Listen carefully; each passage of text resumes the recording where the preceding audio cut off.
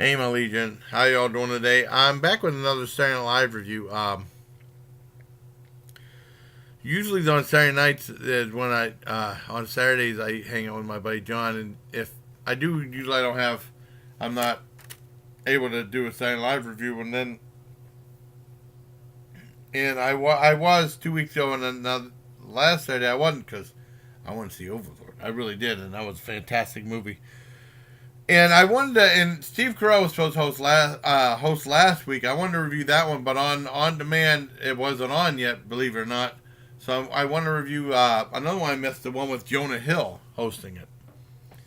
So I mean, it starts off with Laura Ingram doing like that thing about caravan coming and stuff like that. That wasn't too bad. You know, see Kate McKinnon like starts to crack up laughing a little bit. It was an all right. It was an all right opening skit, or they call it cold open. I think cold opening, if I'm not mistaken. And it was all right. I give that a 7 out of 10. It wasn't too bad.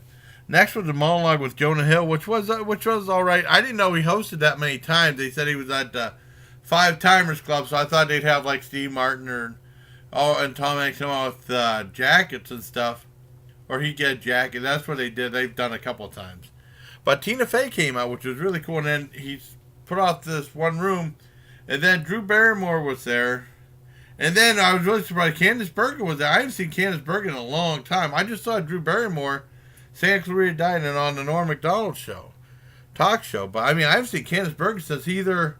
I could be mistaken. I mean, newer stuff, Wayne's World 2 or Murphy Brown, and when that show ended, that show ended or that movie began, I'm not sure which one I saw last.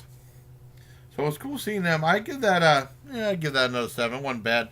Next with the Benihana skit was pretty silly and funny with him. I guess that's a recurring skit he did where he played like a 6-year-old kid, double entendres and stuff. It wasn't bad, and Leslie Jones and him were cracking up, which is always funny.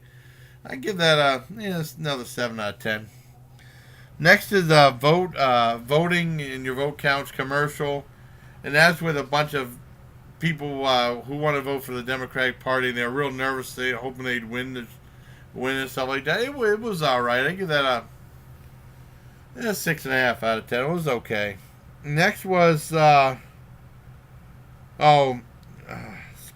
News. It was supposed to be like cutesy, quippy news report or something like that, and then it revolves around a weather girl, and Jonah Hill was going to propose to her.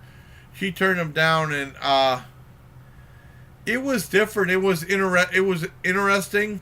It wasn't that funny, but it was interesting. I give that a 7 out of 10.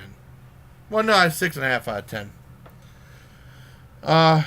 Next is what's this one? Oh, the Broadway performance. That was okay. I mean, you know, they did like a different commercial about some like a pointless Broadway performance on today's topics, and it was all right. I kind of liked that. I give that a 7 out of 10. I'm glad they didn't do the music video. This might be considered music, but I mean it's not. It's completely different from the other ones that they did. So that was different. Next was the one about high school and the teacher falling down. That was just weird. That was a weird one, but it wasn't boring. I give that a 6.5 out of 10. It was interesting, and the people were cracking up somewhat in that. Next was a girl named Maggie Rogers. Not to be confused with Maggie May. That's my cat. Maggie Rogers. I never heard of her before, and she performed, and she was actually pretty decent. I give that a 7 out of 10. Next was Weekend Update, and it wasn't too bad. And that was the one where Pete Davidson screwed up and made fun of Dan Crenshaw. And then the next week, Dan Crenshaw came on, and they made up, and then Dan Crenshaw said stuff about Veterans Day, which was really cool, and I thought that was a high class apology. Weekend Update was okay. I give that a 6.75 out of 10. Not quite a 7 out of 10. Next was I wrote everything little clips. Oh, America's Got Talent. That one kind of sucked. It just seemed like it just was just filler. That was like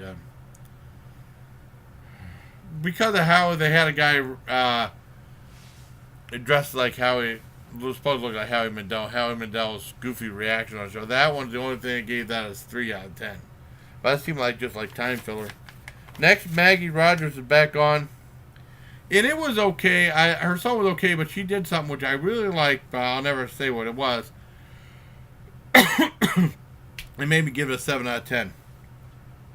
Next was something called Hucka PM, which is Sarah Huckabee Sanders. People say, how you sleep at night? She takes like this one pill and she's like, boom, she's out cold. That was actually funny. I give that a 7.5 out of 10. I think a lot of people wish they had something like that to knock them out if they're having trouble sleeping and stuff, And the last thing was Pugs with Wigs, which was a silly thing with talking about pug dogs and the wigs they can put on, and that was really silly. I laughed so, and I give that a 8.5 out of 10. It was pretty entertaining. It reminded me of the Whiskers or We skits they did before, But I mean, and all in all, I thought it was even if a skit wasn't that funny, it was interesting, and they didn't repeat themselves or do like repetitive skits like they've done before, like the music videos, over and over again, pretty much the same thing. They tried something different. I thought Jonah Hill did a good job. He's talking about his movie mid-90s. I don't think that movie did that well. Because I kind of came and went. I didn't see any ads for it. It's probably a good movie, though. Oh, no, I think Saturday Night Live was pretty decent. The Jonah Hill one, I give it a 7 out of 10 overall. So I hope you liked this review. I thought I'd do like a special thing for Thanksgiving before my Thanksgiving videos go up. So I hope you liked this video, everybody. Until next time, please. Camera Legion, I'm going to go sleep. Okay. Bye, everyone.